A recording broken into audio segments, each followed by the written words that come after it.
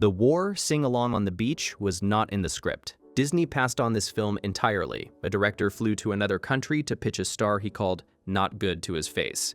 These are 15 hidden details you completely missed in Rush Hour. Number 15. The scene where Lee and Carter visit Grauman's Chinese theater looks like a straightforward fish-out-of-water gag designed to make an international cop feel lost in Los Angeles.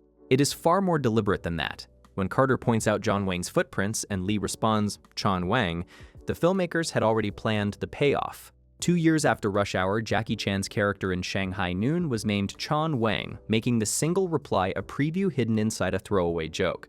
Director Brett Ratner staged the scene at the landmark deliberately, knowing Chan's relationship to Chinese-American film history. Watch Lee's expression as he studies the handprints. The confusion is genuine, not performed.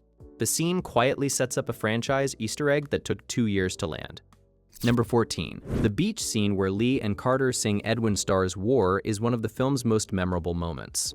Most viewers assume it was scripted from the start. Ratner had been playing Starr's track on set during rehearsal when both actors started performing to it mid-take. He recognized the moment and kept cameras rolling, building the scene around what he witnessed. Tucker's escalating energy and Jackie Chan's deadpan commitment were both spontaneous responses, not choreographed beats. Watch the exact moment Carter shifts from a slow head nod to full commitment. That pivot happens over roughly 4 seconds and is entirely unplanned. The chemistry in that scene looks effortless because it genuinely happened without warning, and the same unscripted dynamic defined nearly every other Tucker scene.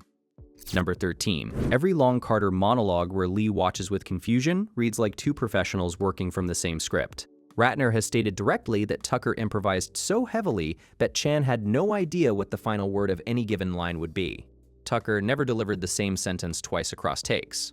Ratner solved this by personally cueing Chan when to respond, then rewriting Carter's dialogue in post to match what Tucker actually said. The pool hall cigaweed riff was entirely unscripted. Tucker knew the character was a cop who couldn't act on what he found, so he improvised pocketing it instead. Ratner confirmed this in the South Florida Sun-Sentinel. Watch Chan's eyes during any extended Carter speech. He tracks Tucker's mouth, searching for the cue. Number 12. Chris Tucker's performance as Carter feels like the role was created specifically for him. 6 major stars read for it first. Eddie Murphy passed to make Holy Man. Wesley Snipes declined for Blade.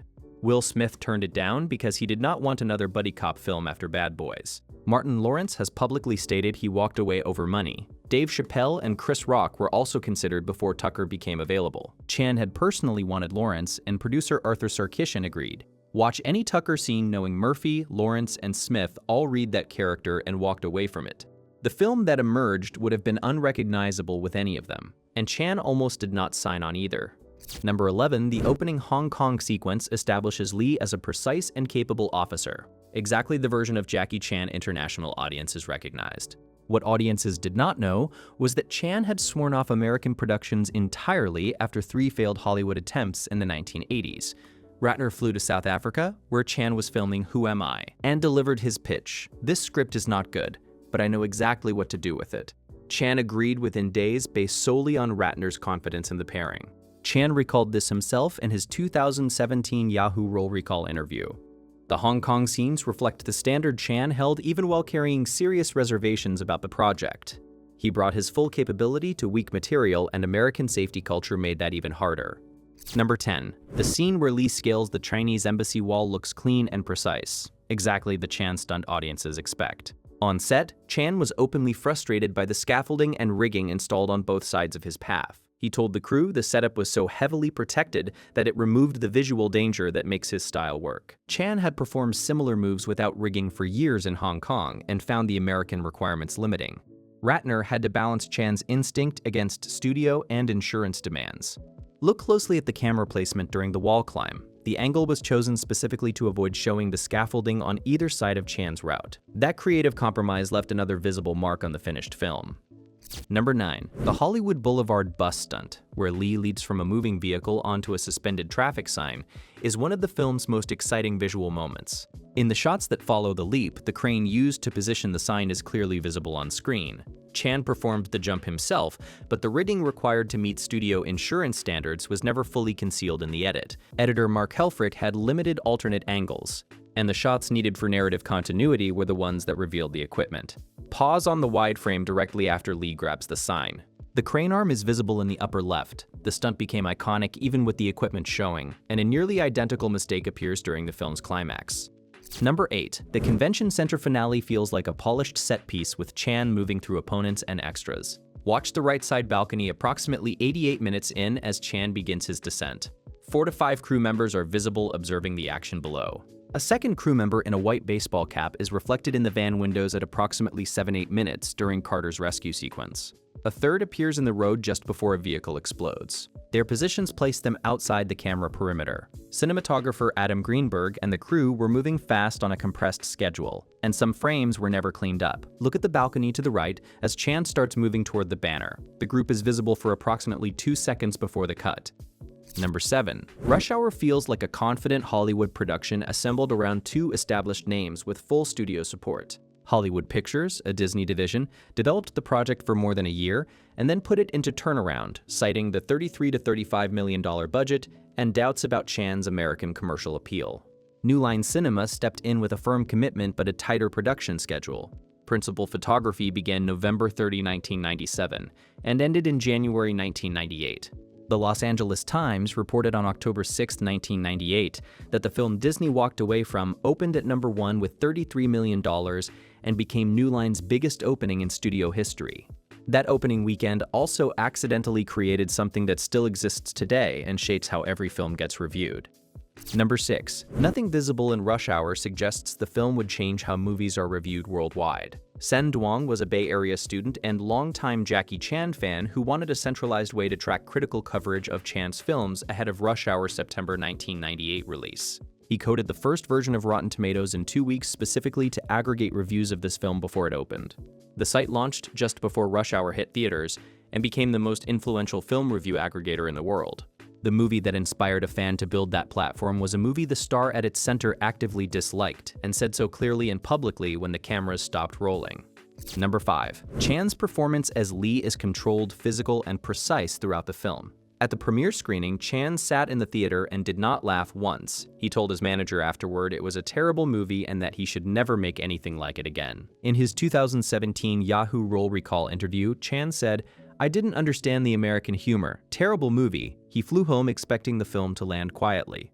Then the box office numbers arrived. Chan later said, "I dislike Rush Hour the most, but ironically, it sold really well. Watch any scene where Lee reacts to a Carter monologue. The genuine confusion is not a performance.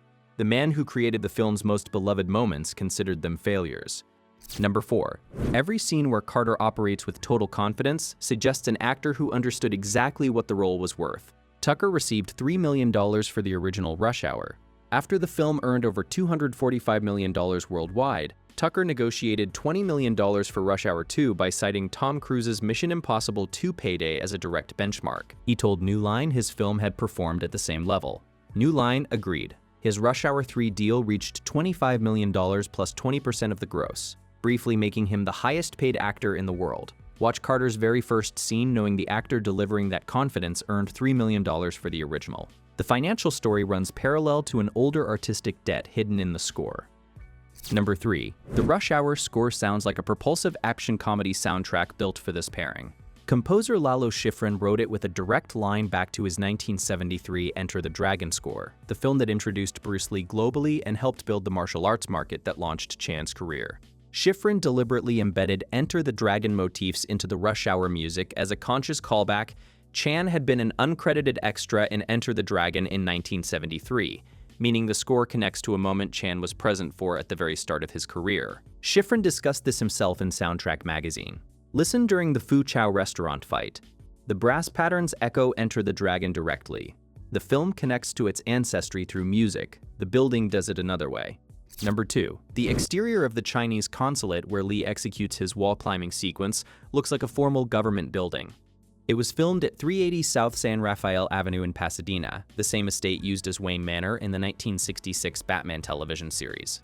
The grand entry gateway used for Chan's stunt was a purpose-built addition to the location. The Rush Hour team selected the site knowing its history. The same estate had appeared in Dead Again and Bowfinger, but the Batman connection was the most recognizable for the crew.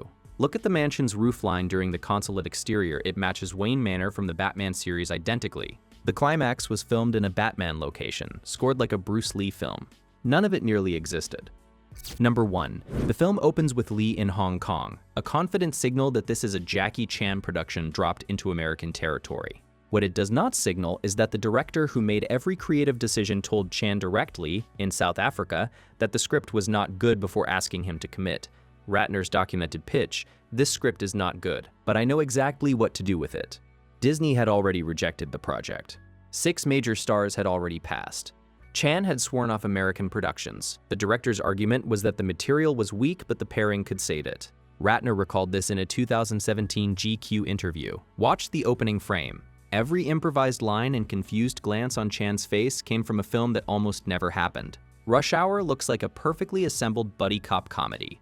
It was a Disney rejection, filmed inside Batman's estate, scored like Enter the Dragon, and headlined by a star who called it terrible at the premiere. Every scene looks different once you know what you are actually watching.